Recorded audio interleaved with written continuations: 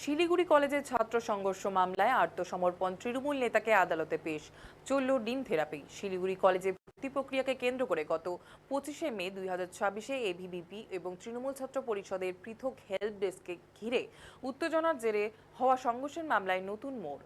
ম্যাড্ডার নামে পরিচিত অভিযুক্ত সৌরভ ভাস্কর পুলিশের কাছে আত্মসমর্পণ করেছে। অভিযোগ, ভর্তি প্রক্রিয়া চলাকালীন দুই ছাত্র সংগঠনের মধ্যে বচসা শুরু হয়, পরে তা সংঘর্ষের রূপ নেয়। ঘটনায় মারধরের অভিযোগ ওঠে এবং কয়েকজন ছাত্র আহত হন। এরপর এবিভিপির পক্ষ থেকে শিলিগুড়ি থানায় লিখিত অভিযোগ দায়ের করা হয়।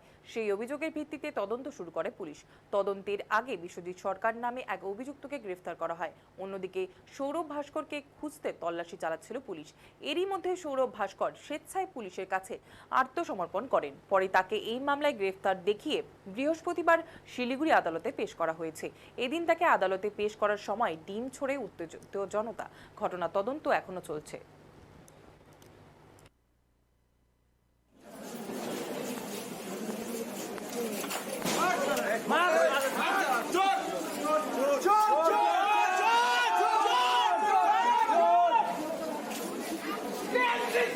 ডিমটা ঝুললো তো আমার এখানে খোঁজার মতো একটা বাড়ি লেগে গেল।